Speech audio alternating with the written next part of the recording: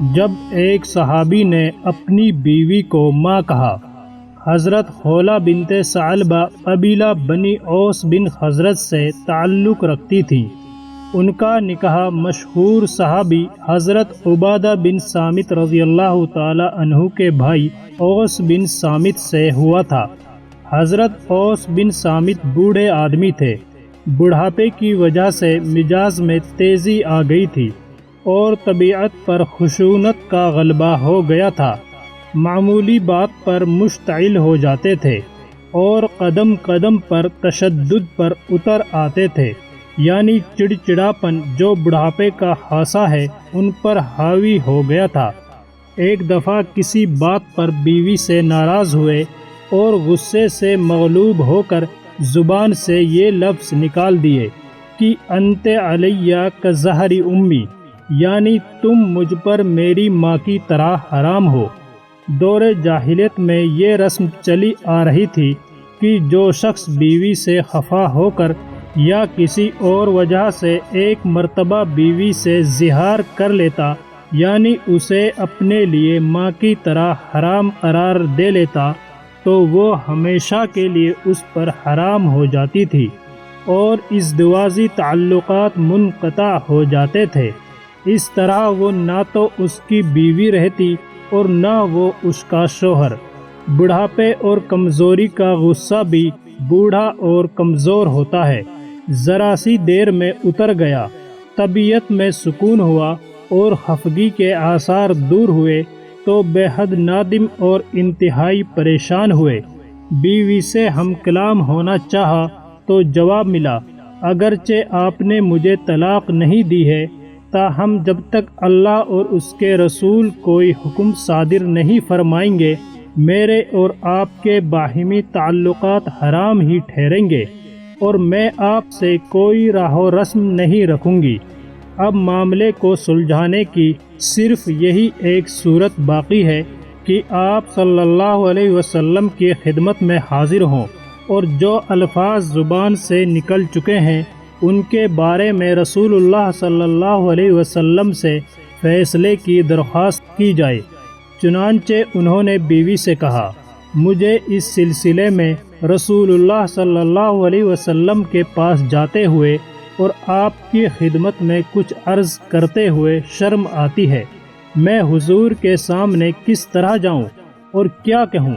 تم ہی جاؤ، ممکن ہے اللہ ہم پر نظر کرم فرما دے اور اپنے رسول پاک کی سعادت سے دوبارہ باہمی تعلقات کی کوئی صورت پیدا ہو جائے۔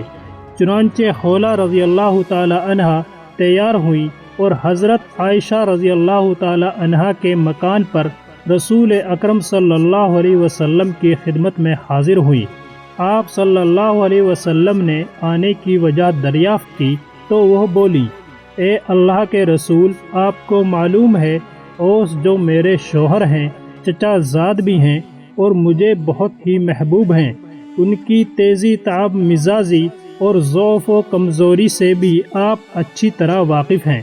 انہوں نے غصے کی حالت میں مجھ سے ایسی بات کہہ دی ہے جو میں حلفیہ کہتی ہوں کہ طلاق نہیں ہے، کہ انت علیہ کظہر امی کہا ہے۔ رسول اللہ صلی اللہ علیہ وسلم نے فرمایا، اب تو تم اس پر حرام ہو چکی ہو۔ رسول اکرم صلی اللہ علیہ وسلم کی زبان سے یہ الفاظ سن کر حضرت خولہ رضی اللہ تعالی عنہا کو سخت صدمہ ہوا اور بڑی لجاجت اور منت سماجت کے انداز میں رسول صلی اللہ علیہ وسلم سے جھگڑتی رہی اور اس بات پر اصرار کرتی رہی کہ ان الفاظ کو طلاق نہیں کہا جا سکتا۔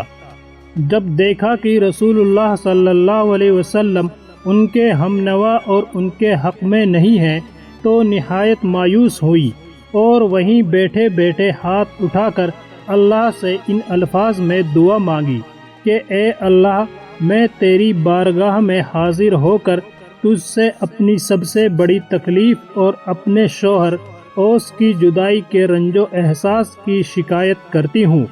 اے اللہ، جو چیز ہمارے لیے تیری رحمت کا باعث ہو اسے اپنے نبی کریم صلی اللہ علیہ وسلم کی زبان مبارک سے ظاہر فرما دے۔ میں ایک بے بس اور ناتواں عورت ہوں اور تیرے ہی فضل و کرم کی طلبگار ہوں۔ حضرت عائشہ رضی اللہ تعالی عنہا کا کہنا ہے کہ خولا کی رسول اللہ صلی اللہ علیہ وسلم کے ساتھ گفتگو اور اس کا اللہ سے دعا کرنا، یہ منظر اس قدر دردناک تھا کہ میری اور میرے گھر کی تمام افراد کی ہمدردیاں خولا کی طرف منتقل ہو گئیں اور اس کی تکلیف سے متاثر ہو کر بے اختیار ہماری آنکھوں سے آنسو جاری ہو گئے۔ اس کیفیت پر ابھی زیادہ دیر نہ گزری تھی کہ رسول اللہ صلی اللہ علیہ وسلم پر وحی ہونے کی کیفیت طاری ہو گئی، جو نزول وحی کے وقت ہوا کرتی تھی۔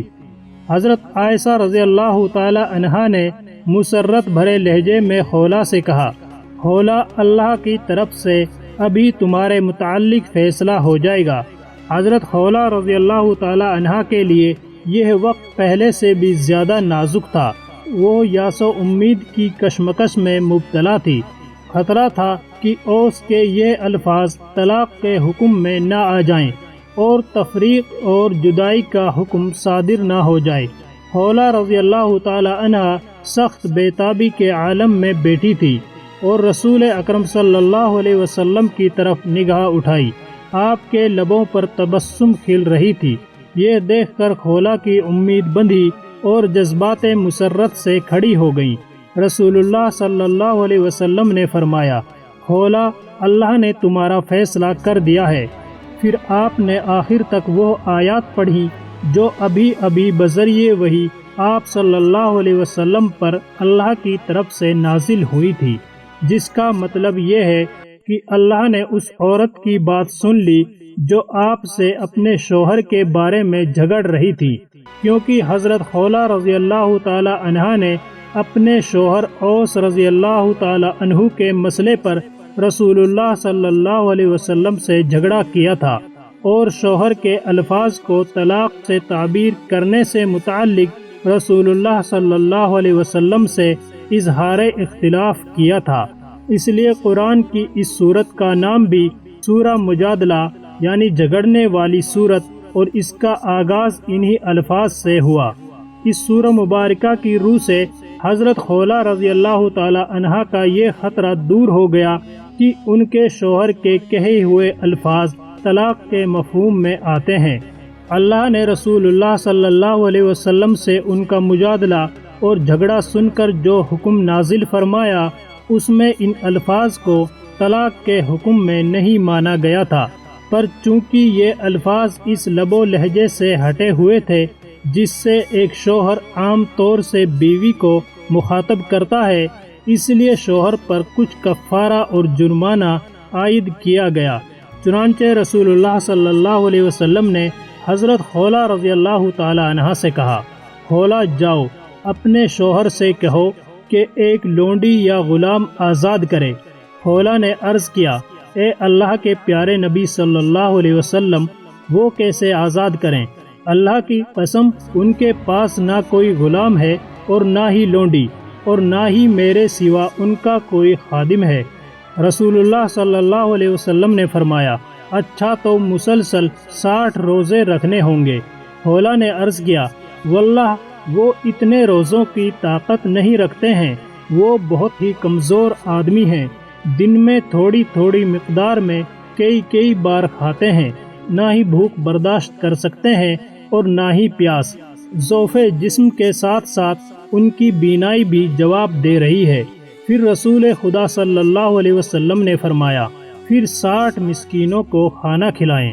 خولا رضی اللہ تعالی عنہا نے عرض کیا، حضور، وہ غریب و نادار آدمی، ان سے تو ایسا کرنا بھی ممکن نہیں ہے۔ رسول اللہ صلی اللہ علیہ وسلم نے فرمایا، اچھا ان سے کہو کہ ام المنذر بن قیس کو بلا لائیں اور ان سے کھجوریں لے کر 60 مسکینوں کو صدقہ کر دیں۔ خولا حضور صلی اللہ علیہ وسلم کو سلام کر کے رخصت ہوئیں۔ گھر پہنچی تو دروازے پر شوہر کو منتظر پایا۔ اس نے خولا سے بے تابی سے پوچھا، کہو خولا، کیا ہوا؟ جواب دیا، آپ خوش نصیب ہیں، رسول اللہ صلی اللہ علیہ وسلم کا ارشاد ہے کہ ام المنذر بن قیس کو ساتھ لیتے آؤ اور ان سے کھجوریں لے کر 60 مسکینوں میں صدقہ کرو۔ چنانچہ ایسا ہی ہوا۔ اور حضرت اوس رضی اللہ تعالی عنہ نے اپنی اس قسم یا زہار کا کفارہ ادا کر دیا۔ ویڈیو پسند آئی ہو تو ویڈیو کو لائک کریں اور اسے اپنے دوستوں کے ساتھ شیئر بھی کریں، اور ہمارے چینل دین 24 کو سبسکرائب کرنا نہ بھولیں۔ شکریہ۔